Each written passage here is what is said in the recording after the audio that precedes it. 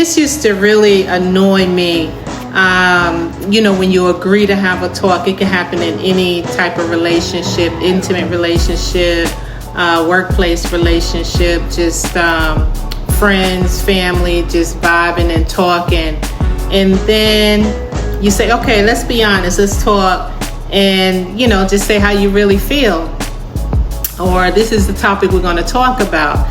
And then when you start really saying how you feel, and it goes against what the person is thinking or saying, or they don't want you, it makes them feel uncomfortable at how you're responding, your answers to their questions or something like that.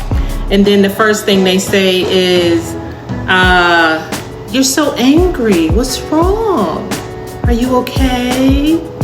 Why are you so angry? You're so angry.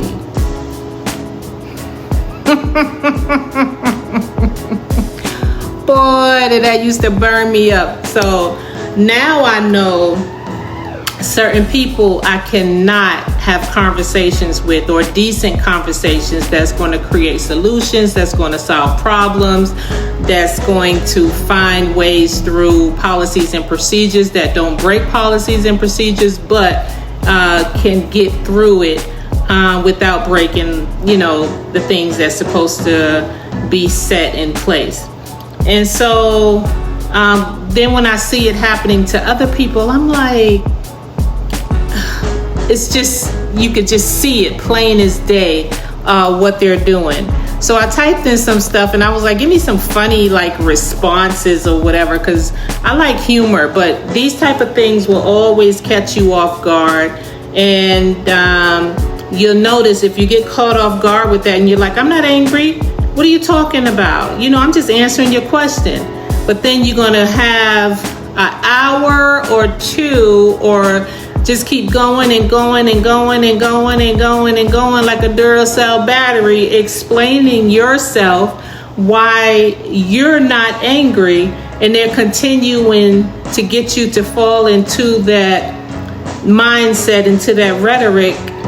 And then the main reason you were there to talk and have a conversation, you don't forget about, what the real conversation, what the real problem was, what the real talk was about.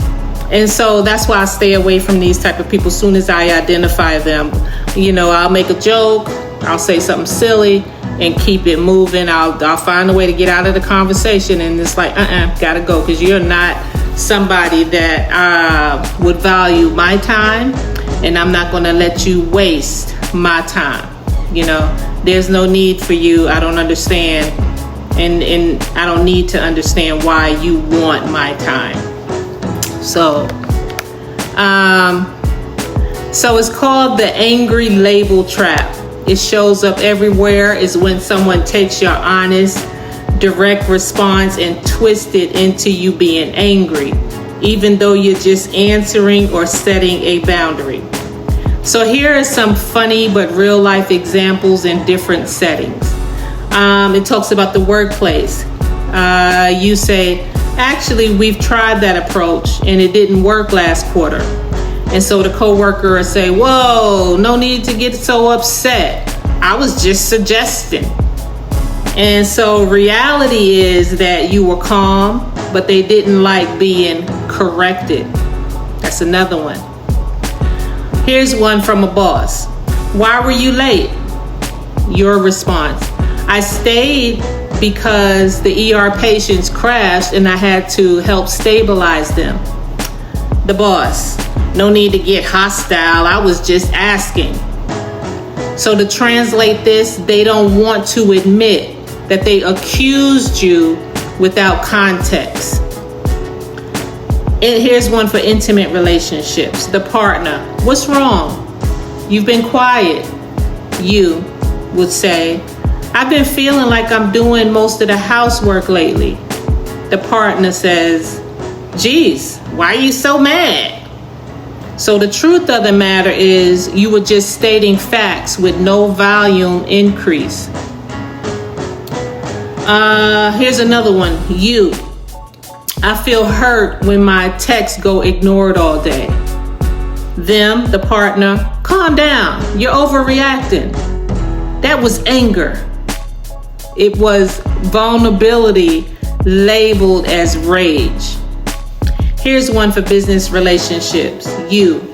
These contract terms give you all the control and leave us with all the risk. The other party. No need to be angry. Business is about compromise. So it says here that their strategy makes you sound emotional, so your point loses credibility. Here's one for family relationships. At Thanksgiving, Auntie asks, why aren't you married yet? And you're like, because marriage isn't something I'll rush into. And Auntie goes, whoa, calm down. Nobody's judging you. And then everybody laughs with that nervous type of laugh.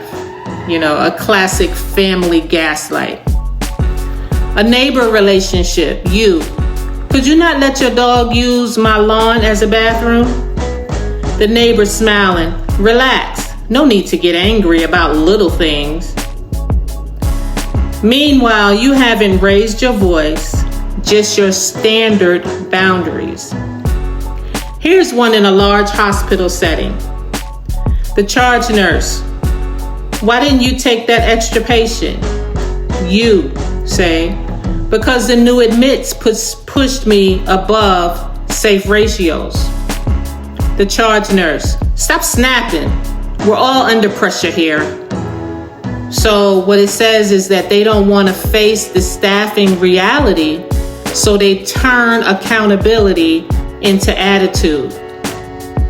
Okay, in large communities, here's another one. In a community meeting, you say, our water bills doubled and no one explains why. The leader says, let's not get angry, we're just here to talk. So in translation, they don't want to answer to the community, so they frame you as hostile. Here's some for big interviews, like Zoom, town halls,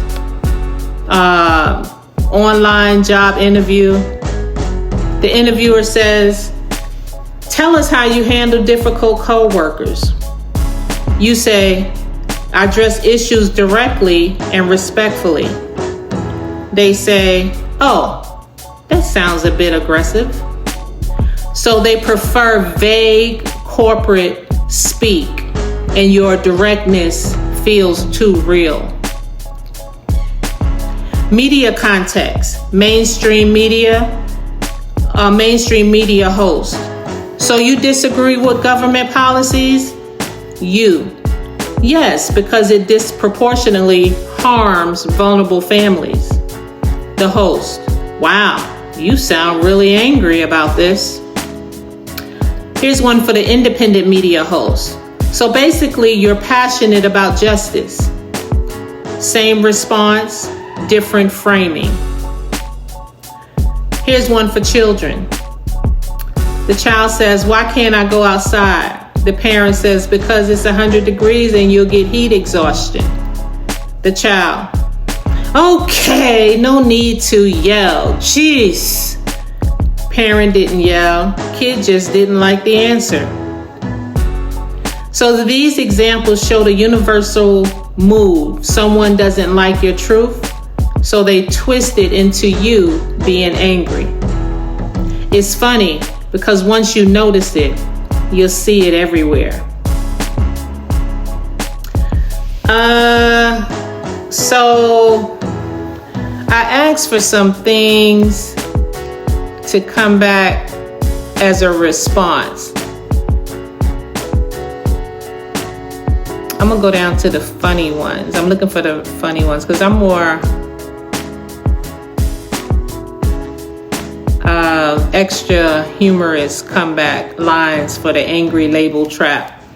And you can mix them into workplace, family, relationships, or anywhere the label pops up. These lines add playful wit while keeping your cool, right? So here are some funny things for being called angry. Angry? I'm not even at 25% battery yet. You'd see sparks if I was. Nope, not angry, just louder than your usual Wi-Fi signal. The next one. My coffee is stronger than my feelings right now.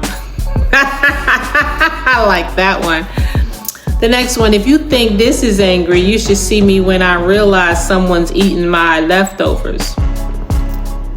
The next one. Calm down. I left my chili in my other pants.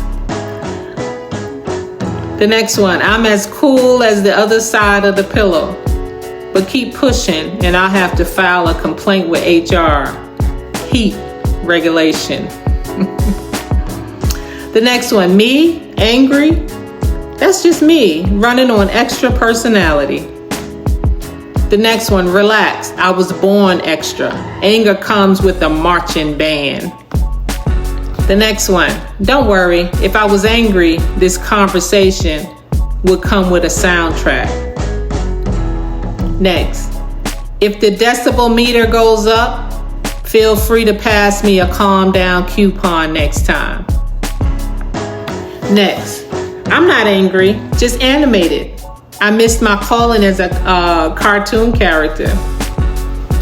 The next one. It's not anger, it's passion. Mine just come with jazz hands. Two more. I'm calm as a cat on the catnip, just with more style. The last one. Oh, I thought you said glam up, not calm down. My mistake.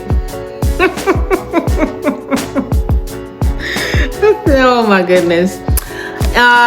Anyway, that's it.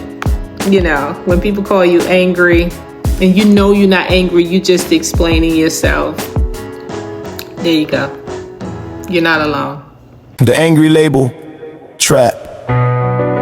Have you ever had a conversation where someone asks you a question, inviting you to speak honestly, yet the moment you give your real answer, they turn it around on you suddenly? Instead of listening, they say you're so angry, even when you're calm, collected, and just telling your truth. That right there is a tactic. Some call it gaslighting, some call it tone policing. What it really is an attempt to shift focus away from your message and onto your emotions. They do it so they don't have to hear the truth of what you're saying. And sometimes it doesn't stop there. They throw in little performances, subtle digs, like scratching their head with their middle finger, signaling disrespect without daring to say it out loud. It's a show for their audience to mock you while pretending it's innocent. So what can you do about it? First, recognize it for what it is, a deflection. You're not overreacting. They simply don't want to engage with the truth. Naming the behavior in your own mind robs it of its power. Second, pause and reset. You can calmly say, I hear you labeling me as angry, but what I'm doing is answering your question. That flips the mirror back on them without you stooping to their level. Third, protect your energy. Not every fight deserves your spirit. Sometimes the strongest response is to disengage. Walk away and let their audience see who they truly are. Finally, approach with clarity. If you must deal with them again, set boundaries. If you ask me a question, respect my response. If you can't do that, then this conversation will not continue. Because the truth is, nobody has the right to twist your honesty into hostility. Speaking up for yourself doesn't make you angry, it makes you authentic. And no middle finger